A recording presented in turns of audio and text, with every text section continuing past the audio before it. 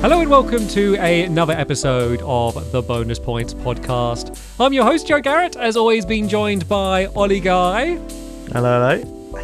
It's just us again, Ollie. It's just the Bonus Boys. I feel like it's been a while since it's been just us in a podcast. It has, isn't it? I was thinking the same thing, how weird it is that it's just us two.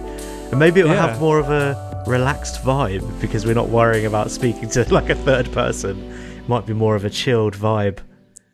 Hopefully. Yeah, maybe. We'll see how it goes. We can let our hair down a little bit, I guess. And maybe we'll just go a little bit more off the rails. Maybe when there's a guest, that's what kind of holds us together a little bit. Yeah, maybe so. Right, so this week we're going to be talking about a game called Earthbound. And this is one of the weird ones where I think it was technically your choice, but it was a game we both kind of had on our personal list. So it's almost like a joint one that we both wanted to do. So do you want to go straight in just to kind of give like a little brief about what Earthbound is for those that don't know? Yes, of course. Earthbound is this is the Wikipedia. This isn't me, by the way. This is Wikipedia's brief. It's not me.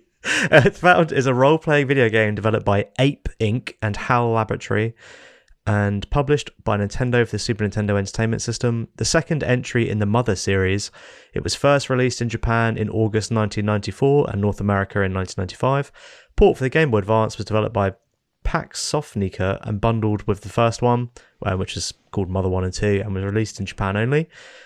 So the story is, as Ness and his party of Paula, Jeff and Pooh, the player travels the world to collect melodies from 8 sanctuaries in order to defeat the universal cosmic destroyer, Gygus.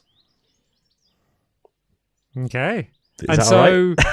Yeah, I always you feel were like, and? I feel I'm always like one of these times you're going to say the synopsis for a game, and I'm going like, oh God, I played the wrong one. I played Mother 3. I don't know where I found this port. It exists. I have the only copy. So you had played this game a bit like. So how had you played this game before?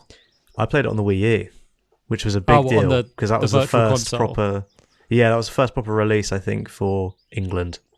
So it kind of got like a lot of Nintendo marketing around it, even though it was like £6 or £7 on the Wii U eShop. Yeah. So, yeah, but I didn't finish it then. I played up to about Threed, which is the third town.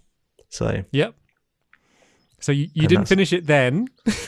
And I didn't finish it now because it is surprisingly long and surprisingly difficult, which are two things that I did not realise. Looking at the game, you would not think that would be the case, but it turns out it was.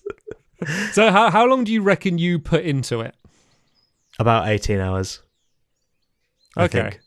Right. But I have gone old school bonus points and I've got some facts to fill in my gaps where I have nothing to add. So when we come to those, I can throw a fact in. Yeah. Because I used to do...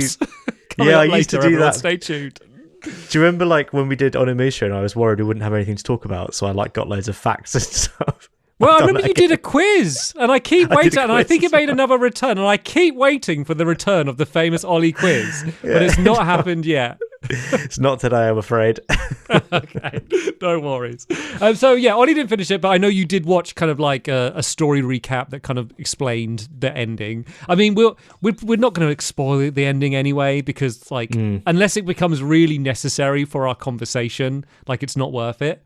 I just managed to finish it. I grinded hard over the weekend and put a lot of hours in and just managed to get over the finish line. So I have finished it. So do you want to kind of just talk, you kind of obviously did the synopsis, but can you kind of just describe, I guess in your own words, like what is this game? What is Earthbound?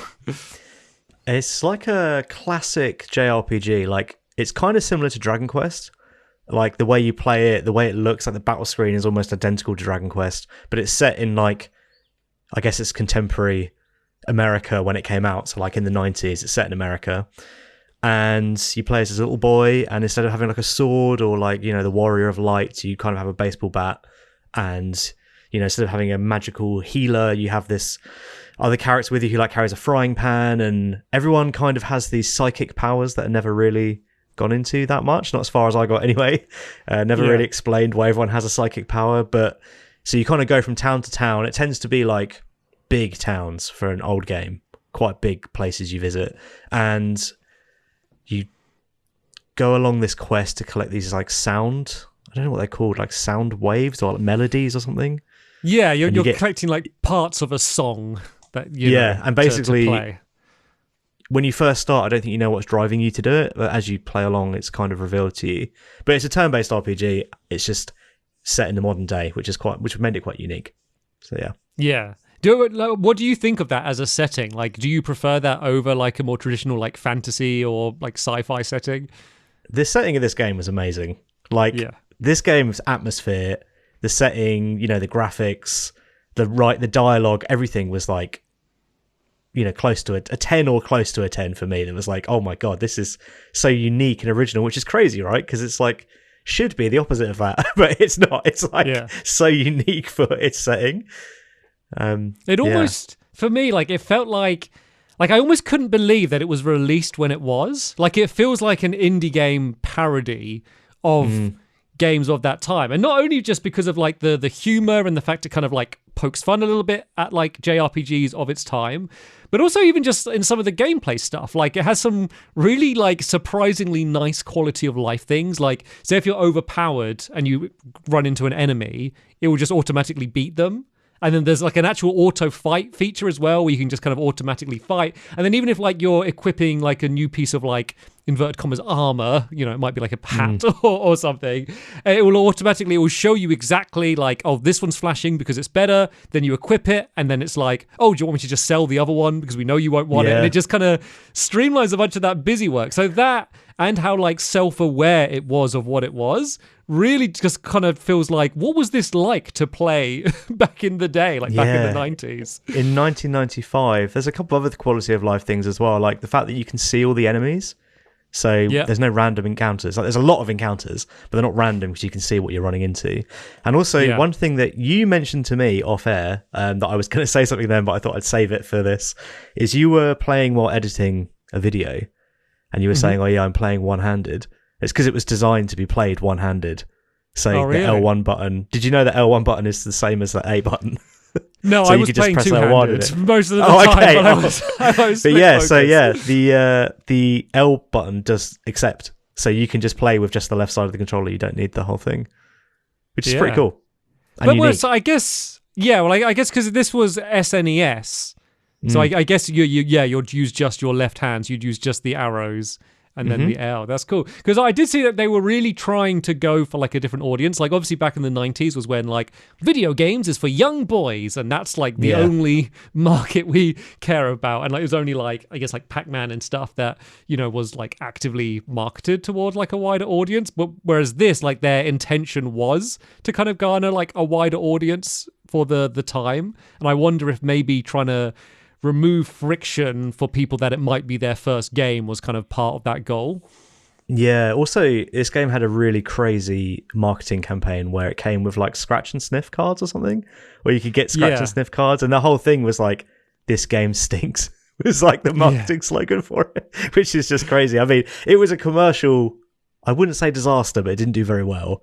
Yeah, so this is all just for the American release, isn't it? That came later. They did that because it was during like Nickelodeon era, and so everything was gross and Pog's kind of world. Like that was kind of the time when it was released. But yeah, and because it came with like that big strategy guide as well, which I know you sent to me, which is kind of a work of art in its own right. But because of that and the scratch and sniff, it just made it really expensive. And for people in America, it was like a new IP. And also just the marketing, it just doesn't match the game, because the game isn't all gross and stuff. The game is like all about love and family, and it's like a really sweet game. And so it just feels like for the people that did buy it from that marketing must have been disappointed. So maybe word of mouth never got around. It just feels like everything they could have done to like hamper its release, they did. Yeah, I actually have a fact around partly why it was so expensive. Oh, turn it into a quiz. Turn it into a quiz, quick. Okay, all right, I'll turn it into a quiz. What size? Okay, a SNES cartridge is 8 megabytes. How big was the cartridge for this game? I don't know. I just do a random guess. 24. That's exactly right. You knew that, I know. I did some research as well.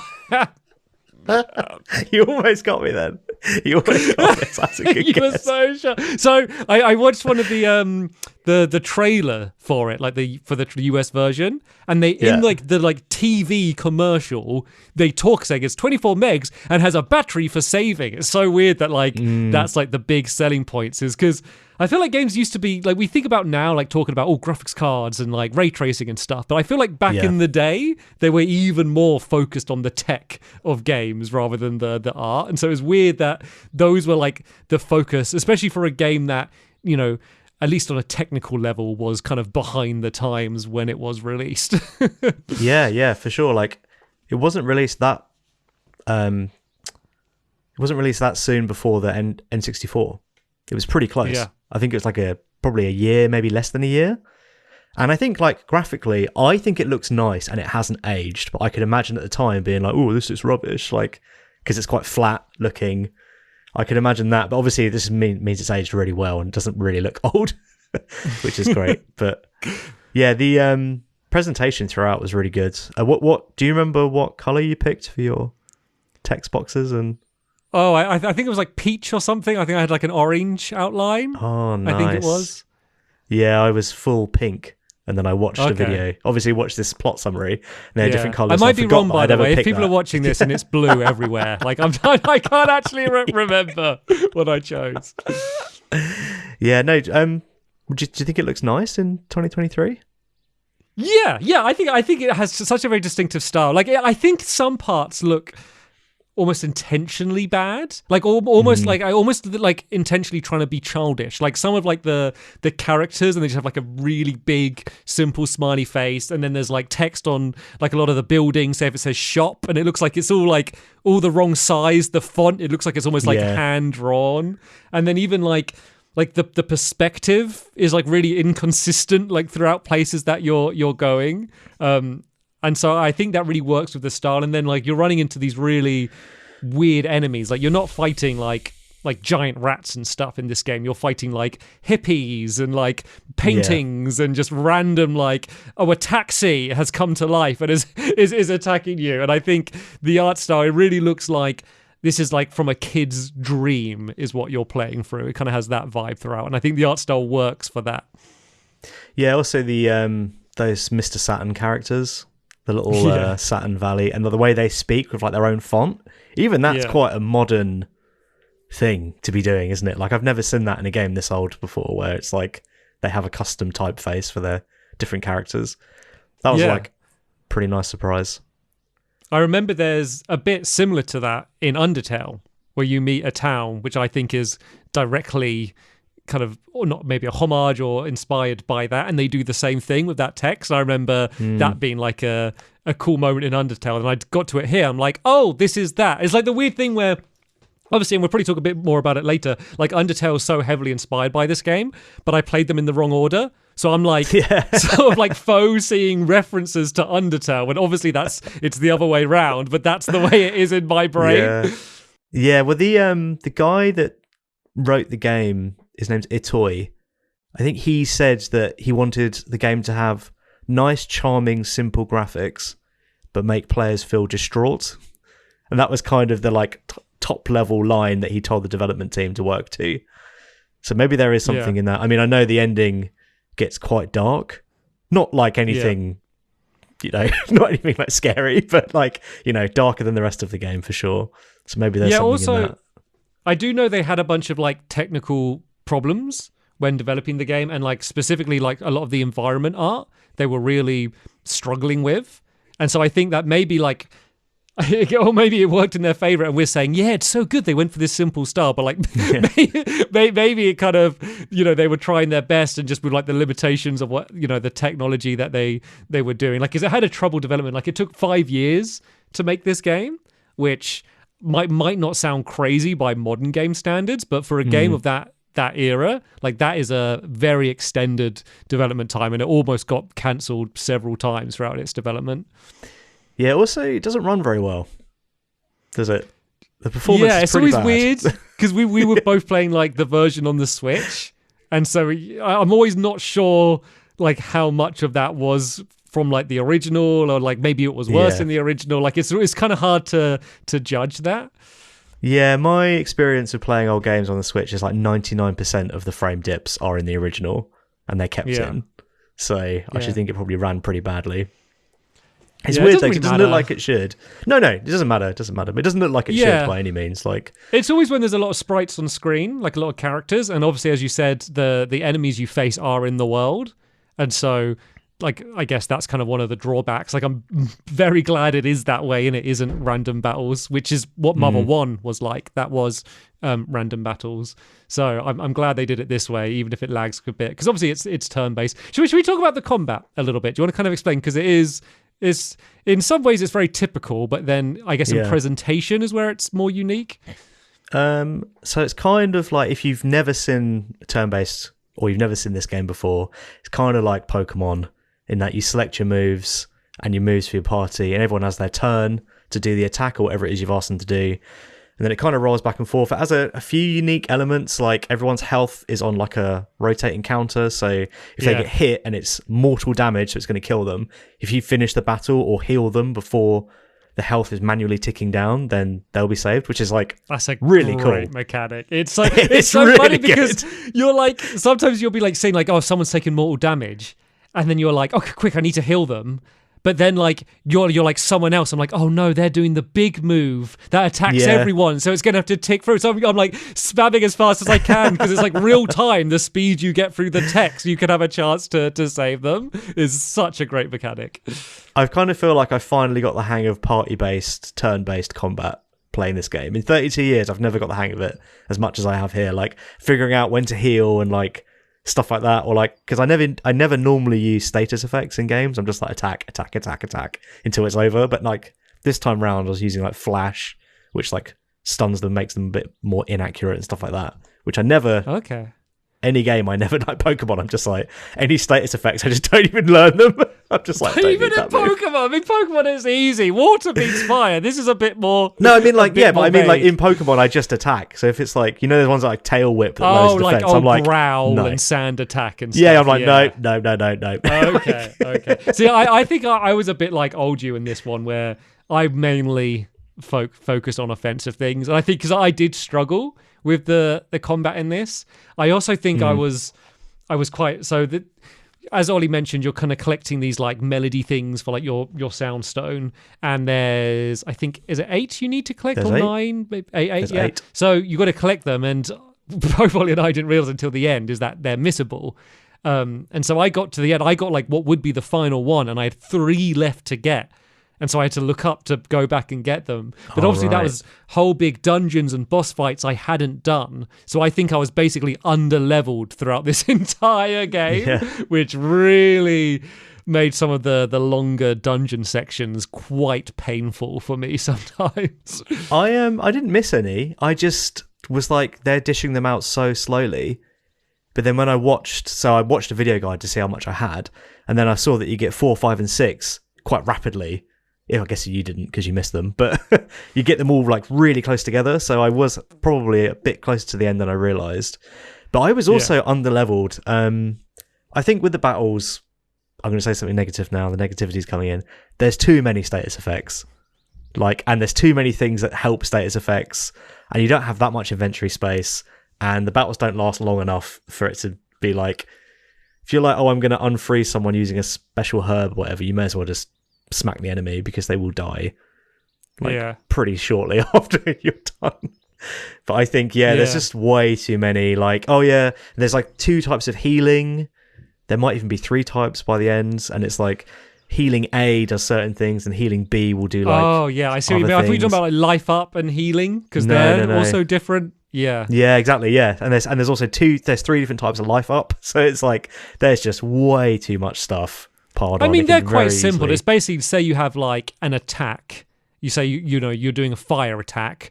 It's like, is it strength 1, 2, 3, or 4? And it's just how powerful. It's like it will use more PP, but then it will do more damage. Yeah, but healing, I don't know which ones. How you know which ones do which effect? Yeah, so like I would just do it and then rewind it. No. So the way you know that is you go to google.com and you search Earthbound. How do I revive an unconscious person? What level of healing does it have to be? That's the way you work that out. Or you get the included strategy guide, which I wonder how many of them are still kicking around. Yeah. But no, I'd say with this game, I loved everything about it except battling. And I wish there was less battling or it was easier. Because the difficulty spikes are also really steep, and they give you huge areas to grind in. But like, I don't want to do that. Yeah, I don't want to grind. It's not fun. Yeah, especially when like as we were talking about, so it's made it a little bit worse because we were kind of rushing in the hope to not rushing. We were we were playing through it in a more condensed time span than if we were just sort of playing in our own time naturally, which I think made some of those bits harder. And I also thought it was a little bit like at the beginning, I didn't find it too much, the combat. It was much more story focused. You were very regularly reaching new towns and going to talk to everyone.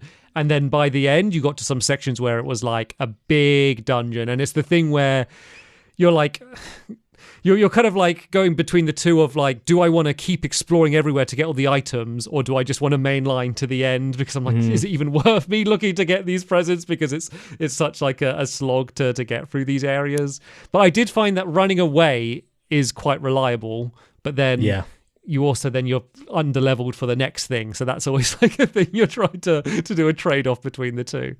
Yeah, that's another thing. Like whenever my characters would get like shroomed, like I never knew how to remove that in the whole game. I went to the hospital to remove it, but like I didn't know how to remove it in a battle. So if they got shroomed in a dungeon, I just have to walk all the way back to the start. There's some great ones as well. Like wasn't it like diamondized or something? Where you get like turned into like a diamond, and then you're just like completely like frozen, like walking around. There's a body numb as well. Yeah. Homesick.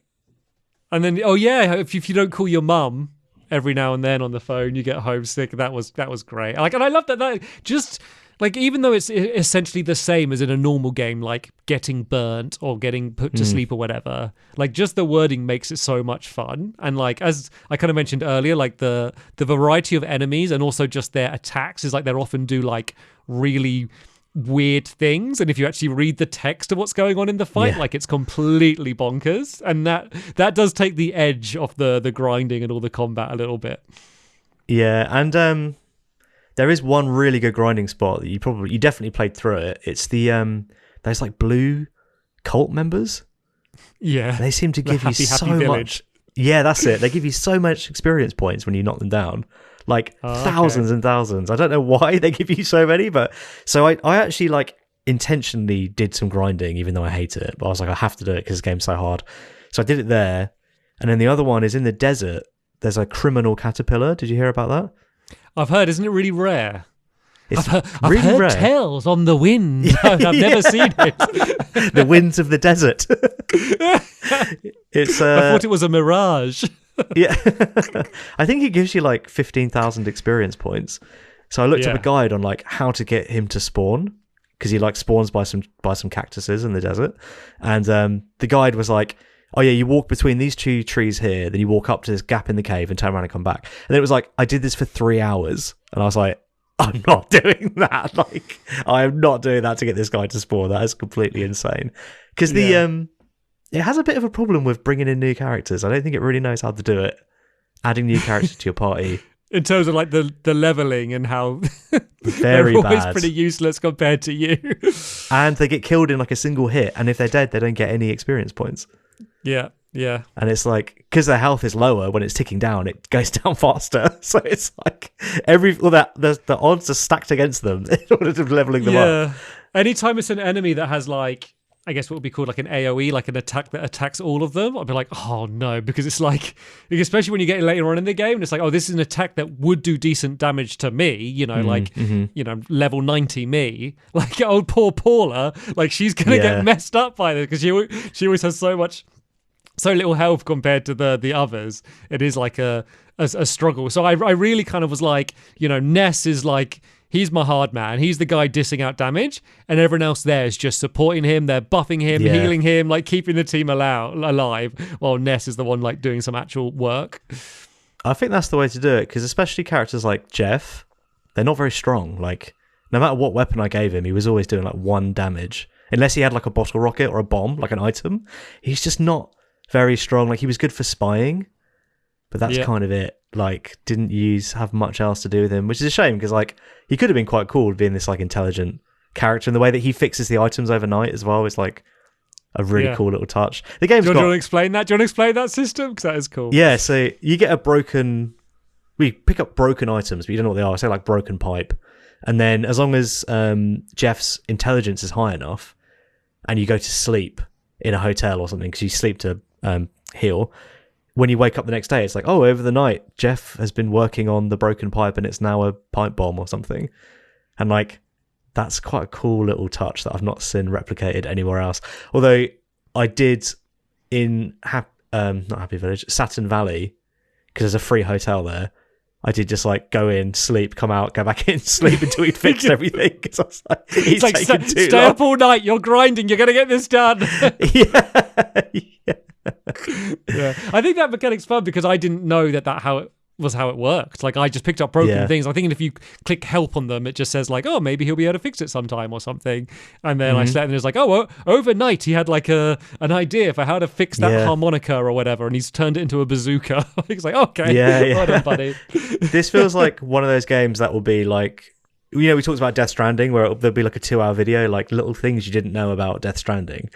I feel like this game could have, maybe not a 2-hour one, but it could have one to like almost rival it, the amount of weird little things. And like, I even saw there's a few different endings depending on who you take back to your parents' house, which I didn't know about. So yeah, so I know at the end everyone goes off and Paula wants to be taken home. And I did see that, like, at this point, like, loads of characters have new dialogue. So they say spend some time and go and talk to them, and you can kind of see, how the world has reacted to you kind of saving the world. You can just see that there's been like so much care and attention put into like all of these little details. Yeah, for sure. What do you think of the dialogue?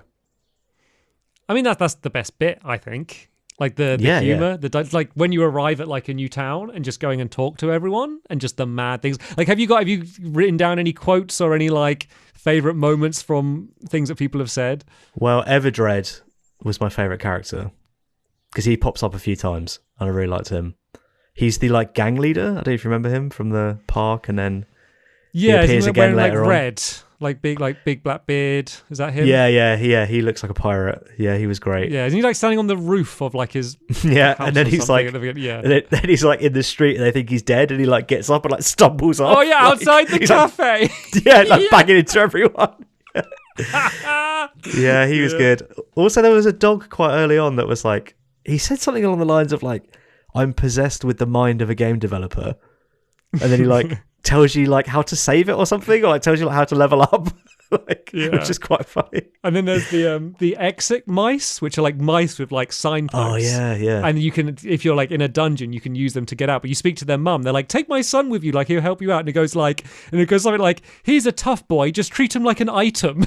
You just and like there's so many like little things like that. And then one of my favorite things is a thing that you do quite regularly. But the first time I loved it is you get like a for sale sign. Did you get that? Oh yeah, I did. Yeah, and then you can use it. Yeah. It's so funny. So basically you could just use the for sale sign and it will say like, oh, someone's on their way, and you just carry on. And then suddenly you'll freeze and like the music will start. Someone will leg in and be like, I see you got a for sale sign. Like, I'll buy whatever you have. And they're just so enthusiastic to buy whatever you have. And I just love that. I mean, it's a really useful mechanic as well. Yeah, but it's just so funny, the idea that you put down a sign and immediately someone's like, I've traveled from across the earth to like see you. Like, what have you got for sale? Like, it's like, like a croissant. I love it. Brilliant. Yeah. So the exit mice, you brought up something that I wanted to talk about, which is like, what I really appreciate about this game is that everything is so literal and everyone speaks really literally. They're like, I am the dungeon man and I run the dungeon, or I am the exit mouse and I take you to the exit. And like when I started to notice I am a dog. Why are you talking to a dog? Yeah. When I started to notice that, I was like, literally everything is like, there's almost like no subtext. Everything everyone says is like as plain as it gets. And that was like very refreshing to speak to people and then be like that. Like, I am the ice cream person. Would you like an ice cream? And they don't say anything else. And it's like, oh, that's it. Like, that's cool. But yeah, I found that very I think Undertale kind of does quite a similar thing, where people kind of speak quite plainly, and it is, I don't know, it's charming, isn't it, to have people talk like that? Yeah.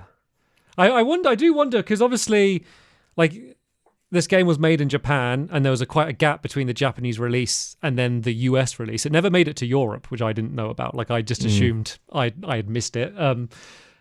But like, obviously, a lot of the jokes are references to like pop culture things, and just like this type of humor like might not like play to a different audience. And so it seems like a lot of the humor that people love has come from the translation, and that was kind of done by that team. And then like there's just a lot of changes just in the actual core game.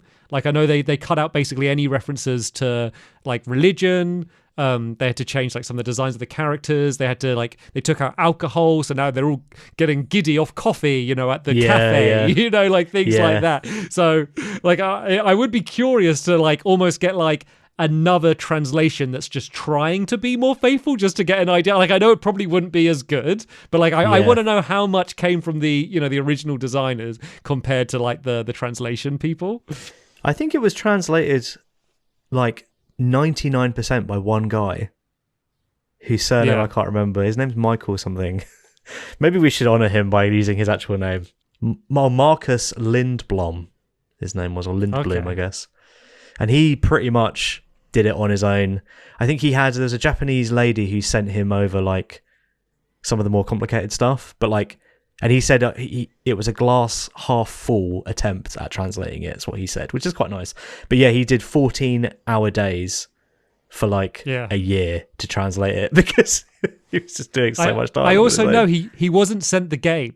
So all he had was the lines that he needed to translate, but none of the context or anything. All he has is the text, but he doesn't know anything else or like see the world or anything. Which I wonder if that kind of adds to like the weird vibe of it at all. Oh yeah, definitely. That would 100% would add to the weird vibe of it. There's also like, I've heard about stuff like that happening before, where the word pound is like really hard to translate, because it's like, is it a pound or like a dog pound or like a pound as in money? Like, people are like, I don't know what it is, because it just says pound. I can imagine that being the case with this game. Can I, before we move on, can I share like the bit that it's pretty, probably might even remember it that well, but the bit that I found the funniest in the entire game. So it's a bit where you're going through like a dungeon, and you're killing all like these different bosses. And like, you go to the first one, they go like, you got to find 4 or 5 bosses, but I'm the third strongest one. And then you go to them, and they're all like really like claiming to be the third strongest boss, but it's like their whole identity is like number 3. They're like, the background of the boss fight is like number 3 and stuff, and they just go so hard on the joke, and it's just so. I mean, like, I find it funny now, but if I had this game as a kid, if I had this game as like an 11-year-old. Like, game over. Like, this was exactly like, I was like writing books and stuff in this style of humor, like at that age. Like, this like setting and that style of humor, like this would probably be like a top favorite game of all time if I had it as a kid and had that nostalgia element as well. Well, yeah, like, I know that when you were a kid you loved Pokemon because you couldn't believe that you could go anywhere. Yeah, like, going into these like big cities. That would have like, I remember that in Pokemon, like the first time you get to the big city in Pokemon, which is like all of the skyscrapers that you can't go in. Like, but going in here and being like, I can go into the police station and the museum and the hospital and stuff. Like, I love that, because I actually kind of paper designed a game quite a few years ago, which was kind of in this sort of style of like Pokemon, but there's no battling or anything. It was basically just going to be like an economy game. Like, you'll just buy, like, set up a shop, and then you could like franchise out and stuff. But like that sort of 2D art. So it's like my dream game, but then with a bunch of humor as well. Like, I'd love it now, but as a kid, like, as I said, game over. Like that, every other game can get out of the way. On the Bonus Points Discord, I was playing a game. I was doing game night, and someone asked me how Earthbound was going, and I was like, oh yeah, I just beat like the Mighty Mole or something. And then they were like, oh, was he the third strongest? And I was like, yeah. And they're like, and I didn't know why they laughed. And then like I went into the rest of them, and like they were all the third strongest. I'm glad you found that funny as well. And that wasn't just me. There was just something about it. It's how like hard it's not like they just say I'm the third strongest. They really go on about like you might have got the first and second, but the third you won't know. And that is me. I'm absolutely the third. Like it's just how hard they commit to it. I've got a fact as well, because you mentioned the third strongest background on the battles, because the battle screens have all got this kind of wavy background. Do you know how many backgrounds there are? Oh, let me pretend. No, actually, I'm going to do a guess. I'm guessing it's going to be a surprising amount. I'm going to say like 40. It's 200. What? And they were all done by one person whose only job was designing backgrounds for battles. Yeah, didn't it take him like 2 years to do them all? Yeah. All they did was backgrounds for battles. I mean, they're cool. Like, do you want to describe them for those that haven't seen it? Because like when people think of, it's an SNES game, like they probably have an idea of what the background looks like, but they're like, it's like they're really crazy. Like a lava lamp, kind of. Yeah. I don't really know how to describe it. Lots of layers all ticking over each other. The music as well in the battles is great. A lot of the music is good. Loads of music. Like that's one of the other things these kind of games is like the battle music always gets like repetitive to the point it becomes iconic because you hear it so much. Whereas in this one, it's really varied and it's really good. It's just such a. I think the music is probably one of the biggest like factors to like the vibe of the game. Like just how upbeat and the pace of it, and just how unlike it is any other kind of RPGs that I've played from that era. Like it's so. Like it's much more Western and much more like kind of rocky or bluesy. Like it's. And it sounds like actual instruments. Some of the songs are quite close to real songs as well, aren't they? Yeah, like, sort of like dangerously close. Yeah, there's that one, Johnny Be Good, like the Chuck Berry song. Yeah. Like when you fight, I think it's when you fight Frank at the beginning.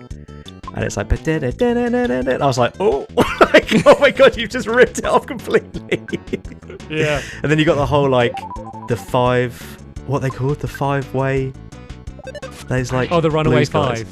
Runaway Five. And there's 6 of them, which is also really funny. They do reference that there is that. And they're just like the Blues Brothers as well. Like, I don't know if you picked 100%. Yeah, 100%. Okay. The way they're like moving across the stage and that, like. Yeah. Yeah. So like Nintendo, because there was a bunch of other stuff like copyright infringement stuff that was in the Japanese one that they removed for this. The music they didn't remove because they were like, I think we can get away with it because of parody. So they were aware. But apparently, because obviously one of the big things with the Mother series is that Mother 1 and 3 were not released in the West with a translation. There's a fan translation out there that's apparently really good, so people have played it. So there is a fan base around Mother 3, but I think the general consensus for why Mother 3 won't ever get a proper release or anytime soon is because it would be so difficult and expensive to take out all of like the stuff that's either aged badly or is just blatant like copyright infringement. Yeah. You just segued me perfectly into a read a comment because it's about the name Mother and it's about music. So that's worked perfectly. Really? So Evan Harryardi on YouTube always writes in with like some behind the scenes stuff, and there's no question here, but they've said the title Mother was chosen by creator Shigesato Itoi after the lyrics of the song of the same name by John Lennon. The song resonated with him as it was about Lennon's life with his absent father, similar to Itoi's own absent father. This idea is also why the father in Earthbound and in Earthbound Beginnings is only heard via telephone. Which is a little bit sad, fact. Isn't it? It's a little bit sad knowing that. Yeah, it's weird because it's almost become a trope in those games that you don't see the dad. Like in a lot of those, I mean, in Pokemon, you never see the dad. Like, so I didn't really think that much into it, especially as the dad. It's weird that you don't see the dad, but you talk to him and he's the person that you save the game with and he's sending you money, which is a weird system where, like, how does he get them? Like, you kill a thing and then he gets the money and then you get it out of the ATM, which is a weird setup. Can I just say, like, considering the fact that he's sending you like $20,000 at a time, the money system is like, the economy is surprisingly well balanced. Considering the amounts of money that are flying around, you're never like, it's like, it's like an apple is like $30 or something, but you have 3,000. But by the time you have more money, an apple is kind of useless to you anyway because you need so much more health. Yeah, like, I found it like I was always like, oh my god, I can never afford it, and then I'll go and check my bank and be like, oh, I can, like 80% of my money will cover everything I need, pretty much every time. I think if anything, you kind of have too much money, and you like there's very rarely I'll be like, oh, I wish I could buy the ultimate bat, but I can't afford it. Like I just found like I always just had enough money to get whatever I wanted. Oh yeah, I would completely fill my inventory every time I went to a shop. But the game's also really hard, so I appreciated the fact that I had so much stuff all the time. The more difficult thing was the inventory space, like especially at the beginning, like because you have your set amount of things, but everything you have counts as an item. Like all your weapons, the things you're wearing. If you get a key to a place, that's an item slot. And then they're like, oh, and you can get this burger. I'm like, okay, I'll have a healing item. It's like, and did you know you can put sauce on the burger? It's like, no, I'm not spending 2 slots on making like a slightly better healing thing. Like I've got like all of my other stuff. And then as you get more party members, it's not as bad. And then once again, as I was saying, like Ness was my powerhouse. They were kind of like the mules, and I'll be like, oh, Paula, you can hold on to this. Like you've got nothing else to do. You can grab onto all of my croissants. I wouldn't even realise sometimes that I'd picked up a recipe or an ingredient part, and then I go to eat something, it'd be like, you squirted on the, I don't know, fish sauce. It was disgusting, 1 HP. And I was like, well, I didn't even know that's what I was going to do. Like, I just asked them to hold them. They did that on their own accord. Don't punish me.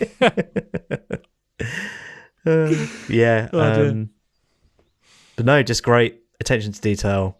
I read the entry for the 1001 games to play before you die. This game's featured in it quite highly, like quite high up the list, and it said a game that is name checked more often than it's played, and I kind of can see that. I can see why that might be the case. But well, you think just because of all the combat and everything? Tricky. It's just very, very deceptively difficult game. I was very surprised at how difficult it was. I don't know if it just spiked really hard, but I was like getting one shot killed by enemies quite often. Like this is part where you go to the department store, and there's this like you have to go to the top floor and fight something, and it was that was so difficult. Okay, even though the enemies like in that area are only run in a straight line, so you can like juke them. It was still like, if any of them touch me, I'm going to die. Did you ever do the trick where like you go in and out of the same area, or even not go for a loading point, but just walk away and go back and then hope they've like disappeared or there's less enemies there? Yeah. So that trick was pretty useful for the whole game. But then there's a part where you go to a town called Moonside, and that's you don't move through the town, linearly. You teleport between areas, and that. Well, do you want to explain what Moonside? Because it's not even. It's like an illusion, isn't it? Like, because there'll be footage for it on screen, and I feel like you almost need the footage to understand what this place is like. And I think maybe describing Moonside, and then there are several moments like this in the game, is probably a good way to like set up exactly how crazy the tone for this game is. Yeah. So there's this. The plot ends up centering around an object that's like driving people mad. And the effects of that are hallucinations and things like that. You don't know that at first when you first go to Moonside, but you come out, I think you come out of a building or something, or you speak to someone, and you're in this city called Forside, which is like the first moment that I was like, oh my God, this is amazing. It's like New York, but it's all like inverted when you come out, and it's like all messed up, and the people speak really weirdly, like they have a really weird speech pattern, and they'll keep saying like Moonside, Moonside, Moonside, and then everything's opposite. So they'll be like, do you want to stay at the hotel? And you have to say no in order to like say yes. And that's like, and then also you're being attacked by like works of art. But this is like nothing. There's nothing kind preceding of like Picasso artwork and stuff, like the melting clock and things. The Dali clock, but nothing precedes it. So you just all of a sudden are in this crazy backwards world. Yeah, it was cool. It was a very cool moment. Very out there. Did you I know you looked up some of the stuff towards the ending. Did you see the bit where you kind of go into your own mind? I watched that part, yes, where you're like in your pajamas. Yeah, so that's actually one of the other things that was in the port over to America in the translation. So in the original one, you were naked, and then in this one, they made it so you're wearing pajamas. Censorship! Your hat. I want a naked boy on my TV. Don't censor him. There's on the page they have the side by side. The naked side isn't as horrific as you're thinking it is. It's remember the resolution of this game. It's actually fine. True. But yeah, it's really cool because you're going through and you're like talking to but like all the people, but it's sort of like your memory of them. And so there's like so far there's like random things. It'd be like just a snowman. You go and talk to it, and it'd be like, oh, thank you for remembering me, like because I exist now in this weird world. And then after every time you talk to someone, it just completely like palette switches the game. So it'd be like really vibrant magenta in the background and yellow in the foreground. Then you talk to someone, then it's like blue in the foreground and like green in the background, and it's just completely crazy, that whole section. And then going in like a little bit more spoiler territory here, so if you do think you will play it, maybe just skip ahead literally like 30 seconds. But then it gets to the point at the end when you're going to defeat the final boss, you're having to put your consciousness into robots because you can't go. And then they're really serious. They're like, you might not come back out. Like, are you really sure? Like, you might all die here. And then there's like the little robots, and he's got his little cap on as the robot. And like that's nice. Moments like that are so good, and they are so regular. Like, are there any kind of cool, just standout story moments that you enjoyed? Well, there was one side story which I remembered after you said, is there any like characters that you liked or standout moments? The two sesame seeds. Did you do that one? Sesame seeds. Sesame seeds. You know when you go to the desert where everyone can get like heat stroke. The first desert, Dusty G's. Yeah. There's like a 1 pixel black dot on the floor, and if you go over and speak to it, it's like, I'm the black sesame seed, and my girlfriend's a white sesame seed, and I can't find her. And if you ever see her, tell her that I love her. And it's like, so that means that in that desert somewhere, there's 1 white pixel that you can go and speak to. And I found it. I know the pixel because you can't walk into it; it blocks you. And I think I went to check it, and it was like, "There's nothing here" or something. I didn't think to talk to the pixel. Yes, so it's a sesame seed, and it's like, oh, there's another, this is my wife or whatever, and like they find each other again. It's lovely. So but that wasn't really like a screen bending craziness moment. That was just like a nice. No, sweet... I just mean like any standout just moments that just put a smile on your face. Oh yeah, that for sure. And also, just for me personally, like in my playthrough, I went to the department store and bought like 5 teddy bears. And then just like absolutely trounced the next dungeon, which also was like a little story for me. I didn't know you could have more than one. Oh yeah, they don't trail behind you, but as soon as it goes, another one just appears there. Okay, so. That's what I was expecting, just like a conga line of teddy bears, like as you go. Some of my cool moments is, did you ever ride a bike? Yeah, great music. Yeah, and just like his happy face, just happy vibes. And then any of like the vehicle sections, there's a bit where you fly with a UFO. Once again, great music, yeah, and they really like drag those moments out and like fly around and let you see all the landscape. And then there's another bit with the like the Loch Ness monster. Like yes, that's what I was about to say. Right, I literally was like, this is amazing. Even though he's not even moving, like it's not an amazing animation or anything, but just they're all looking for Nessie, these people. They're like, oh, he's out in the lake somewhere. And then you just step out. And don't you have like a monkey with you? There's like, the bubblegum monkey. The bubblegum monkey, that's it. Yeah, that's correct. Which again is a literal thing. It's like he's a monkey that chews gum. That's it. There's nothing else to him. And he recurring character. He manages to call the Loch Ness monster over, and you ride him to where you need to go. And I was like, this is just fantastic. Yeah, and you're like, cliche. Have a new idea, AAA game developers. If I have to ride another Loch Ness monster with a bubblegum monkey, oh my god, I'm going to fall asleep. And then also, there's those two monkeys that are engaged. Yeah. And like throughout the game, they get closer and closer together. And then isn't that the bubblegum monkey? Isn't he? Is it the bubblegum monkey? Yeah, you introduce him to her like after you get across. Oh, I didn't and then realise. they come back. Yeah, I think that's the bubblegum monkey. There's so many monkeys in the game that I didn't... Can keep track. There's the monkey cave as well. You got like swap the items between everyone. That was pretty cool. Yeah. Also, that's got my favourite songs in the game. Actually, both those were. One of them was Monkey Cave, and one of them was the Winters music when you're playing as Jeff. And like, okay, yeah, that's also a great moment as well. That when great Ness moment, is yeah, like, oh yeah, Jeff, come to save us, and he's just suddenly playing as someone else, and he's like, yeah. So you're like trapped in like a cave. And then you're suddenly playing as like a whole new character in like a vastly different play. Like it felt like England, like that you're playing in, and like the rest is set in Eagle Land, aka America. Maybe it's meant to be Canada. I think it's meant to be Canada because it's like winters, and then it's cold okay. and runs south. So, like, yeah. I mean, I don't know. Like, that's what in my head, it felt like UK. It kind of felt like posh England boarding school. Yeah, 'cause he's what at I had school, in my head. Yeah, like that they're like staying in. So that's kind of where my brain filled that gap. But then, yeah, you end up flying in the UFO and like crashing to save them. And there's other cool moments even in like fights where like there's a bit where you're like fighting this robot and it's just obviously going to destroy you. And then like the Runaway Five come in like mid-fight and like save you. Like those little moments, especially when they're able to tie it in like with the gameplay like that. It's great. Was that the clumsy robot? And he's just like eating sandwiches and like... I can't remember if it was the clumsy He doesn't one. really do anything, but every time he doesn't even hit you that often, but when he does, it's like massive damage. Yeah. And like I think you're set up you're going to be losing that fight. Yeah. And then the Runaway Save come in and help you out. That's great moment. I didn't really understand like why Pokey was so awful. Like at the beginning he's not awful, he's just a bit annoying, and then he turns into like this supervillain character. Yeah. So once again, I guess spoilers again for kind of it must be quite rushed, because I played quite a lot of the game and he wasn't really... He was like hanging around with the gangsters in Forside, but he wasn't really evil even then.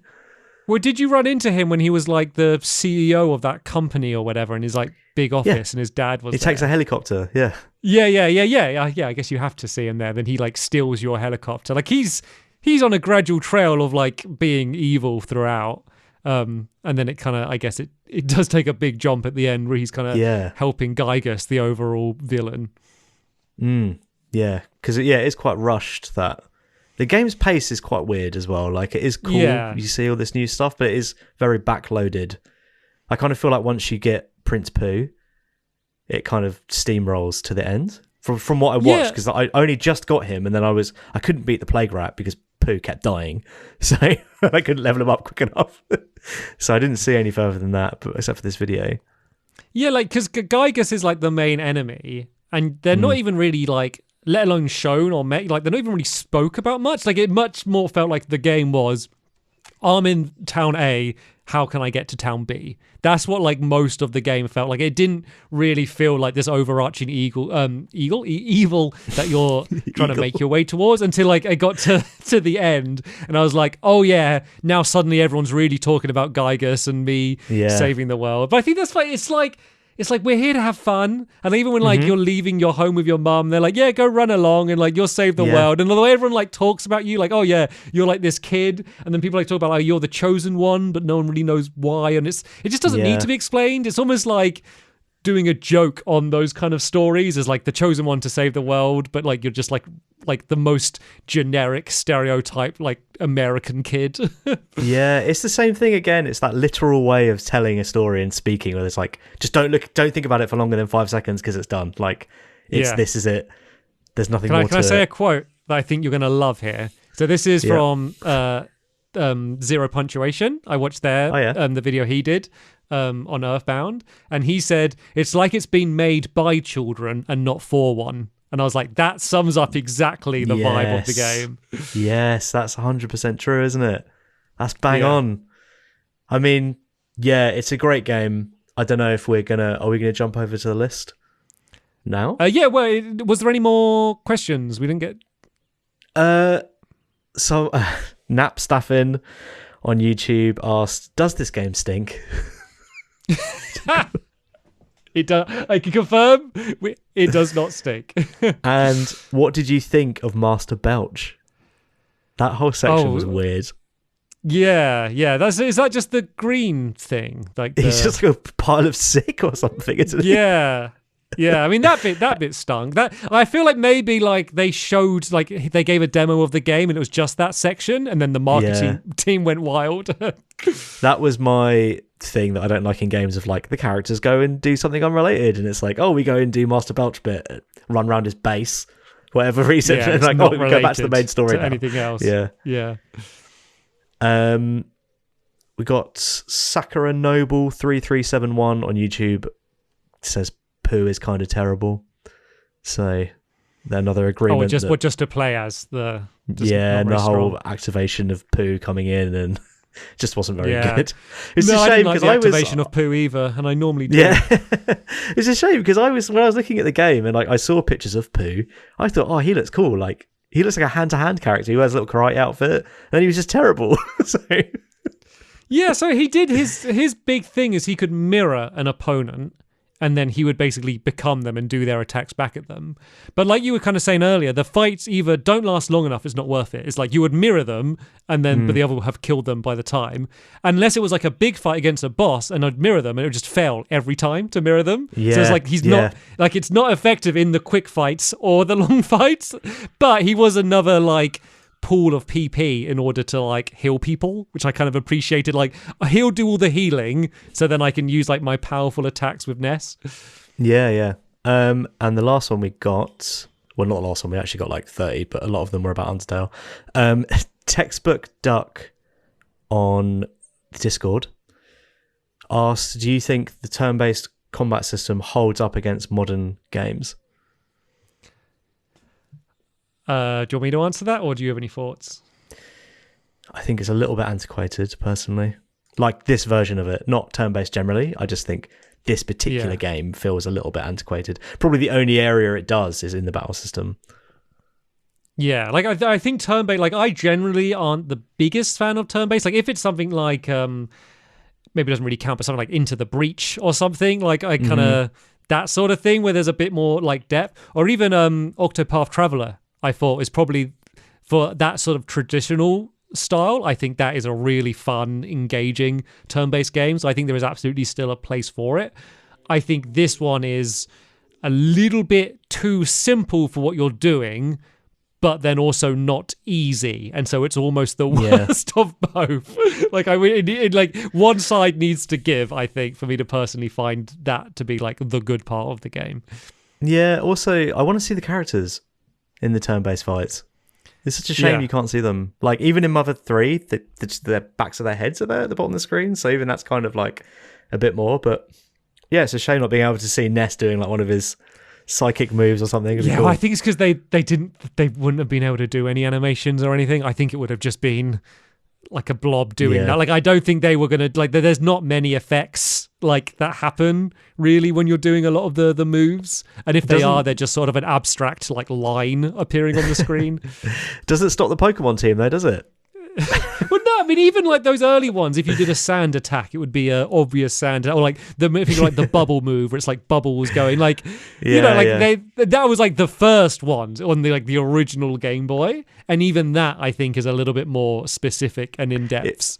If I was to making this game back in the day, I'd be like, "Oi, battle background guy, do 10 of those." And instead make battle animations. We don't need 200 of them. Do you think like they asked him like, oh yeah, could you do some backgrounds? And he was on a different floor and they just forgot. And then like they go in one day and he's got like hard drives full of them. They're like, oh god, oh yeah, I forgot. Sorry, we're gonna have to use these things. Forgot about you. He's like, can I go on break now? It's been 2 years. Before we go to the list, I'm assuming, did you leave all your characters with default names then? Yes. Okay. Because I didn't. What did you name your... So let's... I thought you might be curious. Let's... you have to put something in the video version to say, because we mentioned the characters by their default names, and they're not going to match the video. Yeah. Well, to be fair, I mean, I realised... Like obviously thinking about it now, like I knew of Ness and knew him from like Smash Bros and stuff. Like I guess I should have assumed that, but it doesn't really make it very clear. Like it's sort of like it's what's the name, and I think the option says like I don't care or something. Yeah, in order to and so I kind of thought like it wants, because it's at the beginning of the game. It's a really great opening. Like it's just asks you a bunch of stuff. It's like, what's your favorite food? And like, all of these questions, when you're choosing the color of the border, it's just like, what do you like? Do you like peaches or strawberries or whatever? And then it was asking like about like, what's the name of like your best friend and your dog and stuff. And I was like, I'm meant to input this stuff. Like realizing now I probably should have left it default. So Ness was just Joe, because that was me, because that's boring. Yeah. Jeff was Ollie. So you were Jeff throughout my playthrough. Nice.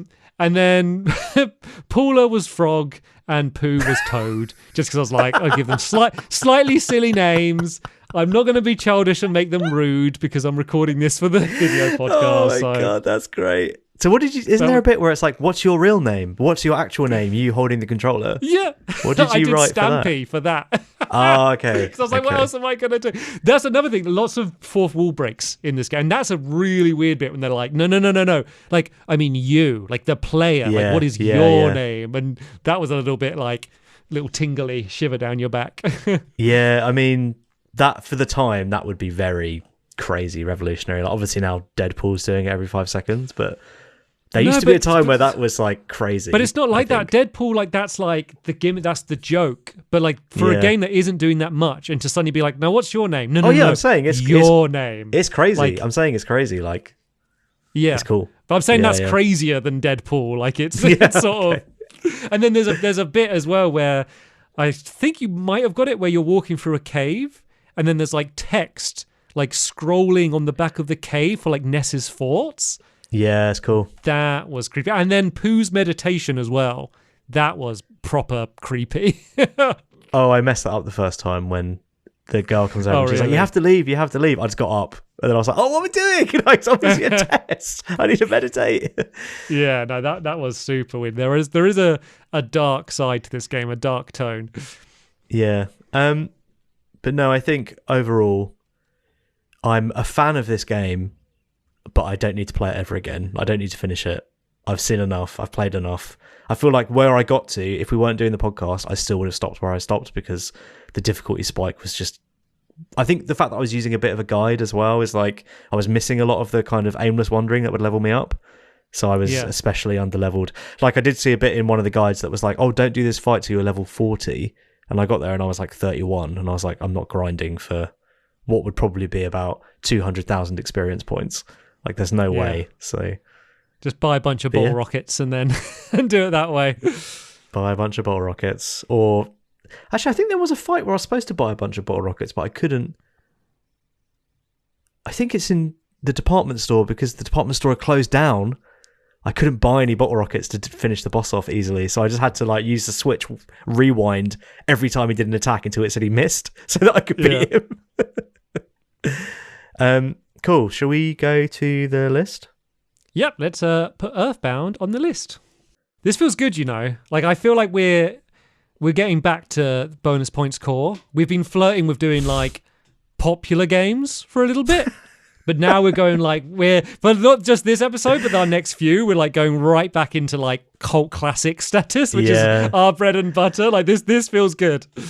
Yeah, I mean, we do have Pikmin 4 coming up, which is going to be good. But yeah, it's a lot Yeah, old. we got Pikmin 4, but even that's not. But then we got like Jet Set Radio Future and stuff as well. Like we got a few, and then Alan Wake as well. I think is another one in that cult classic space. And like just to make this clear, like this game sold like less than like 200,000 copies in the US, which for like a marketing campaign which cost like millions.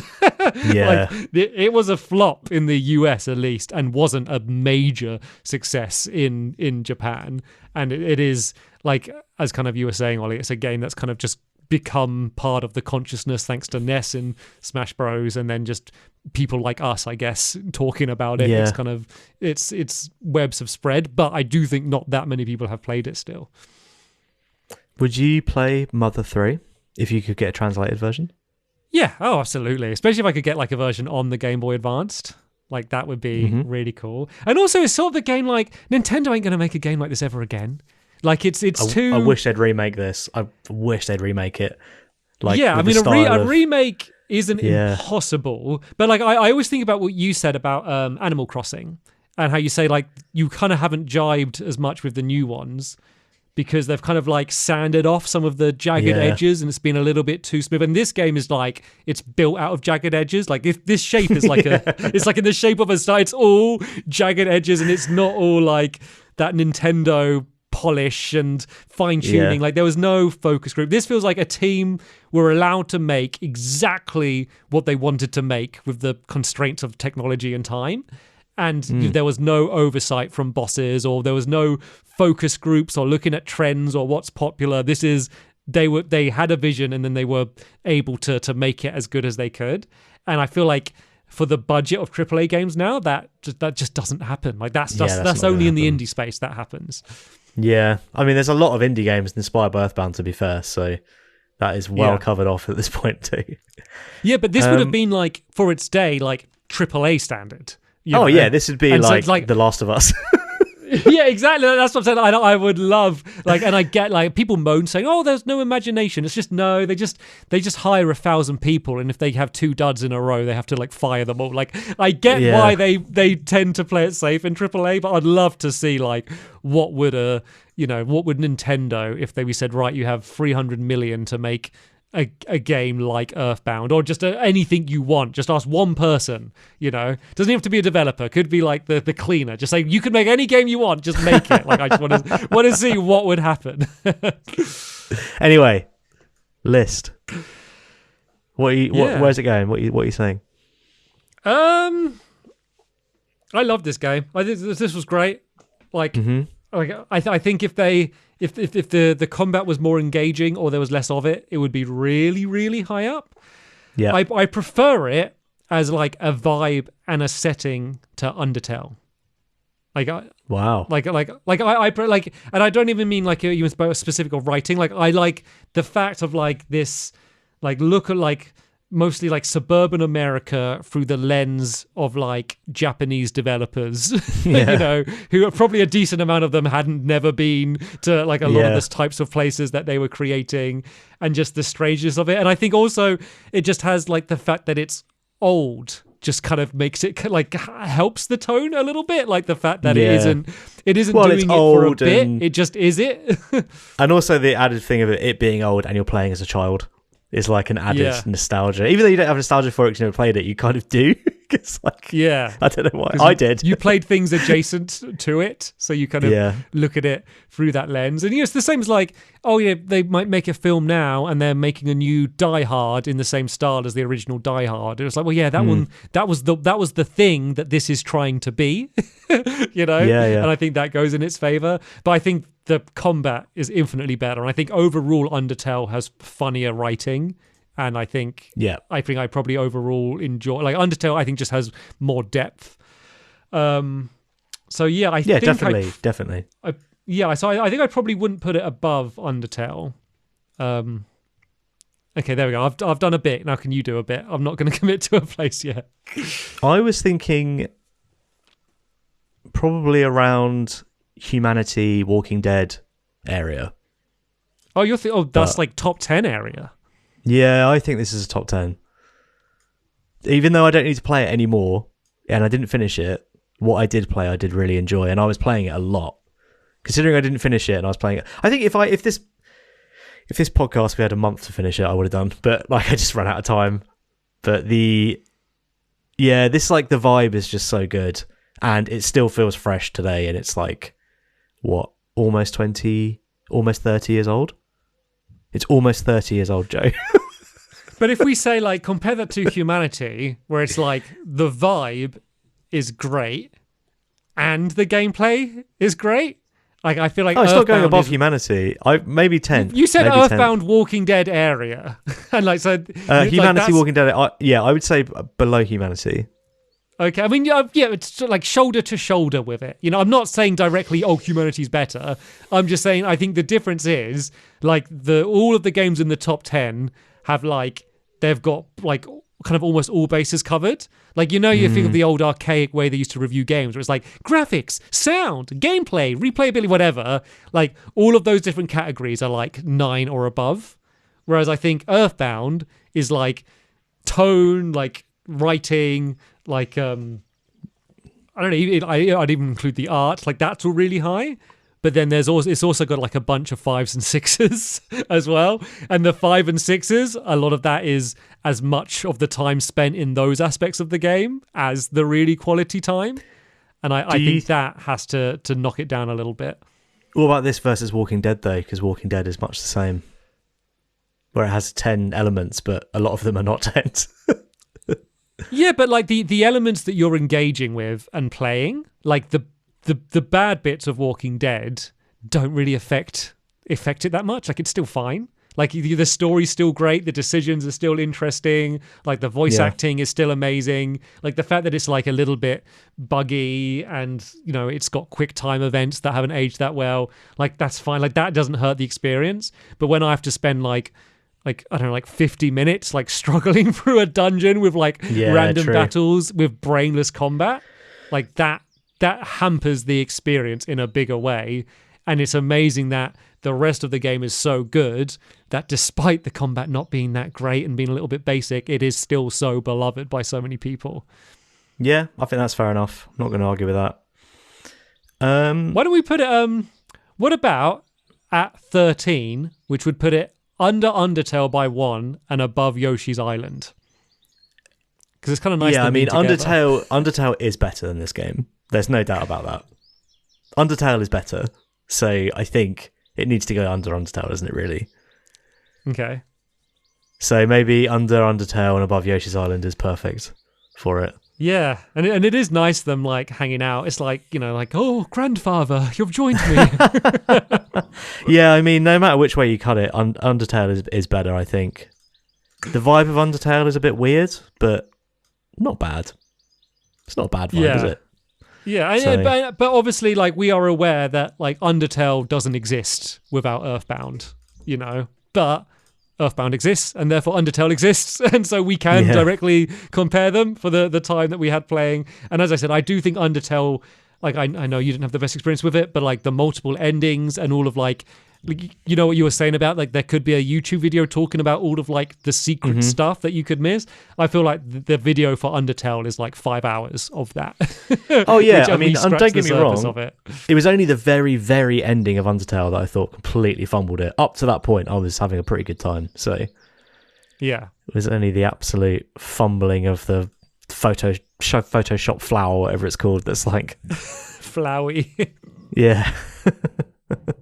Right, shall I read out kind of just the area that it's in, maybe 11 to 15? Yeah. So we have at 11, Half-Life Alyx. At 12, Undertale. At 13, new to the list, Earthbound. Then at 14, we have Yoshi's Island.